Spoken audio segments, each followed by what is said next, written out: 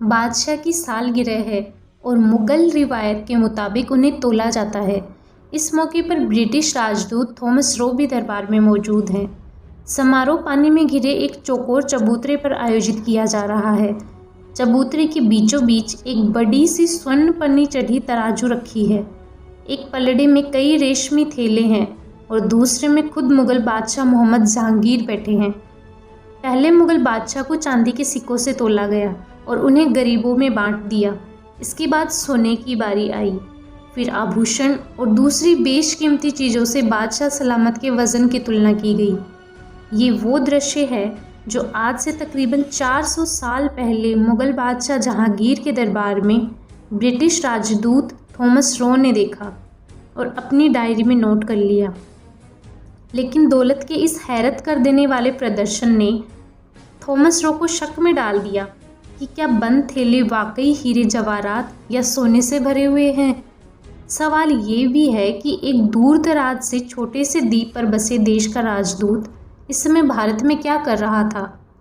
दरअसल Thomas Roe एक खास मिशन पर भारत आया था। उनकी कोशिश थी कि किसी न किसी तरीके से एक समझौते पर हस्ताक्षर करवा लें, जिसके तहत एक छोटी सी ब्रिटिश कंपनी को भारत में व्यापार का अधिकार मिल जाए। लेकिन जैसा कि थॉमस रो की डायरी से पता चलता है, ये काम इतना आसान साबित नहीं हुआ और इस सिलसिले में उन्हें सख्त पापड़ बेलने पड़े। इसकी वजह ये थी कि मुगल बादशाह पूरी दुनिया में सिर्फ ईरान के बादशाह और उस्मानी खलीफा को अपना प्रतिद्वंदी समझते थे। उनकी नज़र में इंग्लिस्तान एक छोटा सा द्वीप था। इसके किसी मामूली बादशाह के साथ बराबरी का समझौता करना उनकी शान के खिलाफ था। थॉमस रो ने भी हिम्मत नहीं हारी। 3 साल की मेहनत, राजनयिक दावपेच और तोहफे देकर जहांगीर से तो नहीं, लेकिन शाहजहां से 1618 में एक समझौते पर हस्ताक्षर करवाने में कामयाब रहे, जिसके तहत कंपनी को सूरत में खुलकर कारोबार करने की इजाज़त मिल गई। इस कंपनी का नाम था ईस्ट इंडिया कंपनी और ये घटना इतिहास में मील का पत्थर साबित हुई। ये पहली बार हुआ था कि मुगल हुकूमत ने सीधे तौर पर एक यूरोपीय देश के साथ बाकायदा व्यापारिक समझौता करके इस कंपनी को बढ़ावा दिया था। थॉमस रो को जहांगीर के साथ दूसरे पलड़े में तुलने वाली दौलत पर यकीन करने में हैरानी हुई थी, लेकिन उनके तय समझौते के नतीजे में ब्रिटेन अगले 350 साल में भारत से जो दौलत समेट कर ले गया, इसके बारे में अर्थशास्त्रियों ने कुछ अनुमान लगाने की कोशिश जरूर की है। इससे पहले ये देखते हैं कि ईस्ट इंडिया कंपनी और ब्रिटिश राज के भारत पर सत्ता के दूसरे असर क्या पड़े, जो लूटने से कहीं अधिक भयानक हैं। अमेरिकी इतिहासकारक मैथ्यू वाइट ने the great book of horrible things के नाम से एक बुक लिखी, जिसमें उन्होंने इतिहास की 100 भयानक रक्तपातों के बारे में लिखा है, जिनमें सबसे ज़्यादा इंसानी जाने गई हैं। इस बुक में इतिहास की चौथी भयानक रक्तपात ब्रिटिश दौर में भारत में आने वाला अकाल है। इस बुक के अकॉर्डिंग 2,66,00,000 भारतीयों की जाने गई। इस संख्या में दूसरे विश्व युद्ध के दौरान बंगाल में आने वाले अकाल की गिनती नहीं की गई, जिसमें 30 से 50 लाख के करीब लोग मारे गए थे। अगर इस अकाल को भी शामिल कर लिया जाए तो ईस्ट इंडिया कंपनी और ब्रिटिश सरकार के दौरान 3 करोड़ के करीब भारतीय अकाल में लोग मारे गए। भारत की गिनती दुनिया के सबसे उपजाऊ इलाकों में होती थी और आज भी होती है, फिर इतने लोग भूखे क्यों मर गए? इन अकालों की वजह व्यापारिक शोषण को बताया है। इसके लिए हम एक अकाल का जिक्र करते हैं जो 1769 में बंगाल में आया था। नोबेल पुरस्कार अर्थशास्त्री अमर्त्य सेन ने इस अकाल में होने वाली मौतों की संख्या 1 करोड़ बताई है। और ये दृश्य एक अंग्रेज ने लिखा है। 10 लाख लोग चंद बाकी हफ्तों तक जिंदा रहने की आस लिए मर गए, जो उन्हें फसल तैयार होने तक गुजारने थे। उनकी आंखें इन फसलों को तकती रह गई, जिन्हें इस समय पकना था जब उन्हें बहुत देर हो जाती। फसलें तो अपने वक्त पर तैयार हुई, लेकिन उस समय वाकई बहुत देर हो चुकी थी। अकाल तो प्राकृतिक आपदा की श्रेणी में आते हैं, इसमें ईस्ट इंडिया कंपनी का क्या कसूर?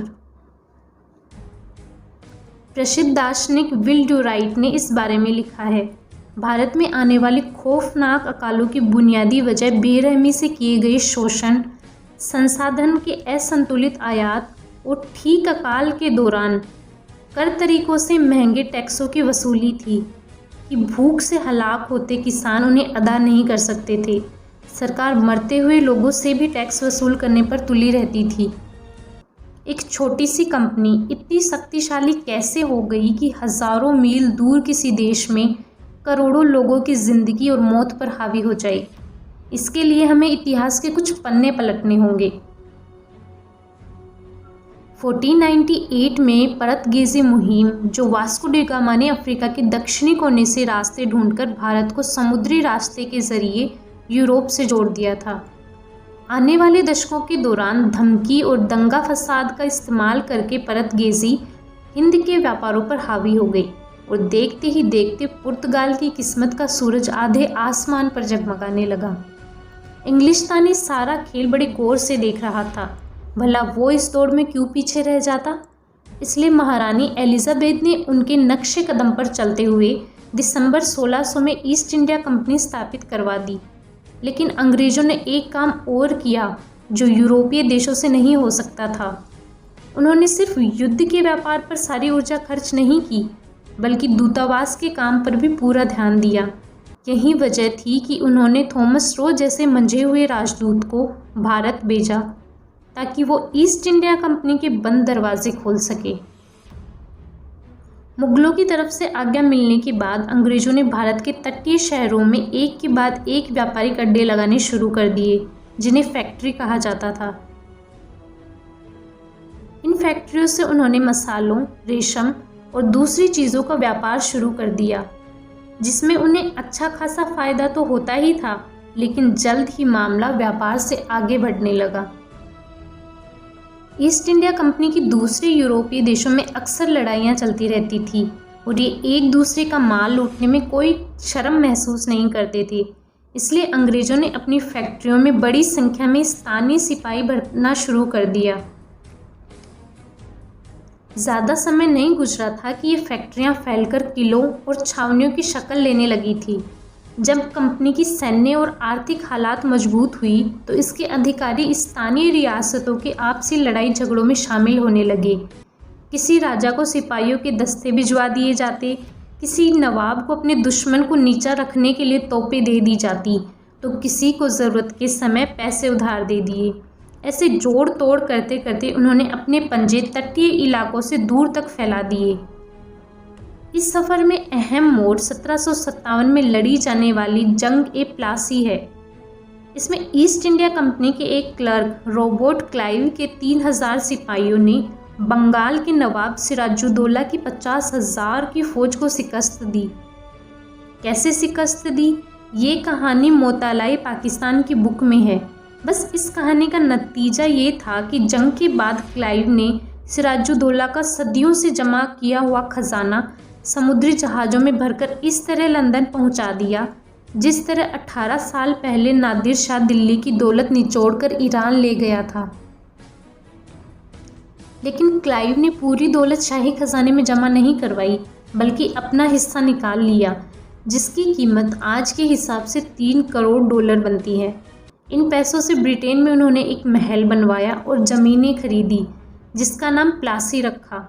यही नहीं, उसने पैसा देकर न सिर्फ अपने लिए बल्कि अपने बाप के लिए भी संसद की सीट खरीद ली। लेकिन इस दौरान बंगाल में आने वाले खौफनाक अकाल और उसके नतीजे में 1/3 आबादी के ख़त्म होने की खबरें इंग्लिस्तान पहुंचना शुरू हो गई थी, जिसका कारण था लॉर्ड क्लाइव की पॉलिसी। क्लाइव पर उंगलियां उठने लगी और नौबत संसद में जा पहुंची। संसद में उन्होंने समझदारी से काम लेते हुए कहा कि अगर वो चाहते तो इससे कहीं अधिक सोना समेट कर ला सकते थे, लेकिन उन्होंने ऐसा नहीं किया। फिर भी भारत में जो घटनाएं हो रही थी वो किसी न किसी हद तक क्लाइव के दिल दिमाग पर असर कर रही थी। उन्होंने बड़ी मात्रा में अफीम खाना शुरू कर दिया। 1774 में वो अपने कमरे में मुर्दा पाए गए। ये पहेली आज तक हल नहीं हो सकी कि क्लाइव ने आत्महत्या की थी या अफीम की ज़्यादा खुराक जानलेवा बन गई। लेकिन ये बात बिल्कुल साफ थी कि उसकी भारत में रणनीतियों के बाद ईस्ट इंडिया कंपनी जिस रास्ते पर चल पड़ी वो भारत की आज़ादी के लिए जरूर जानलेवा बन गया। इस दौरान मुगल विदेशी हमलों से इस तरह कमज़ोर पड़े कि अंग्रेज़ों को लगातार बढ़ते देखने के अलावा कुछ नहीं कर पाए। प्लासी की जंग के सिर्फ आधी सदी बाद ईस्ट इंडिया कंपनी के सिपाही की संख्या 2.5 लाख से पार हो गई। उन्होंने बंगाल से निकलकर भारत के बड़े हिस्से पर अपना वर्चस्व कायम कर लिया। नौबत यहाँ तक आ गई थी कि 1803 के आते आते दिल्ली के तख्त पर बैठा मुगल शहंशाह Shah Alam east India company पर आश्रित हो गया। एक ज़माना था कि इसी शाह आलम के पुर्ख जहांगीर के आगे ब्रिटिश राजदूत थॉमस रो घुटनों के बल झुकता था। ये बात हैरान कर देने वाली है कि ये सारा काम ब्रिटिश सरकार ने नहीं बल्कि एक कंपनी ने किया जिसका सिर्फ एक उसूल था, हर मुमकिन हथकंडे इस्तेमाल करके ज़्यादा से ज़्यादा मुनाफा कमाना। ये कंपनी लंदन के एक इलाके में एक छोटी सी बिल्डिंग से काम करती थी और स्थापना के एक सदी के बाद तक भी इसके स्थायी कर्मचारियों की संख्या सिर्फ 35 थी। लेकिन इसके बावजूद दुनिया के इतिहास में कोई कंपनी ऐसी नहीं गुजरी जिसके पास इस कदर ताकत हो। अगर आज हम शिकायत करें कि मल्टीनेशनल कंपनियां बहुत ताकतवर हो गई हैं और वो अलग अलग देशों की पॉलिसीज़ पर असर डाल रही है, तो ज़रा सोचकर देखिए कि गूगल, फेसबुक, एप्पल और माइक्रोसॉफ्ट जैसी कंपनी मिलकर अगर एक कंपनी बन जाए जिसके पास मॉडर्न हथियारों से लैस फौज हो और जो देश उनके प्रोडक्ट्स को खरीदने से इनकार करे तो ये कंपनी उस पर हमला बोल देगी। ईस्ट इंडिया कंपनी ने बिल्कुल यही काम चीन के साथ किया। ये कंपनी भारत में अफीम उगाती थी, लेकिन सारी की सारी इसके अधिकारी नहीं खा जाते थे, बल्कि इसका बड़ा हिस्सा चीन ले जाकर महंगे दामों पर बेचा जाता था। जब चीन को एहसास हुआ कि ये घपला हो रहा है तो उन्होंने अफीम खरीदने से मना कर दिया। कंपनी अपने मुनाफे में कमी को कैसे बर्दाश्त करती। उसने 1839 में कुछ तोप वाले जहाज चीन भेजकर चीन की नौसेना का बेड़ा तहस नहस कर दिया। चीन ने अपनी गलती स्वीकार करते हुए न सिर्फ अफीम की आयात पर पाबंदी हटा दी बल्कि बतौर जुर्माना हांगकांग भी ब्रिटेन को दे दिया, जो 1997 में जाकर वापस चीन को मिला। ईस्ट इंडिया कंपनी ने भारत में भी एक के बाद एक रियासत, एक के बाद एक रजवाड़ा अपने नाम कर लिया।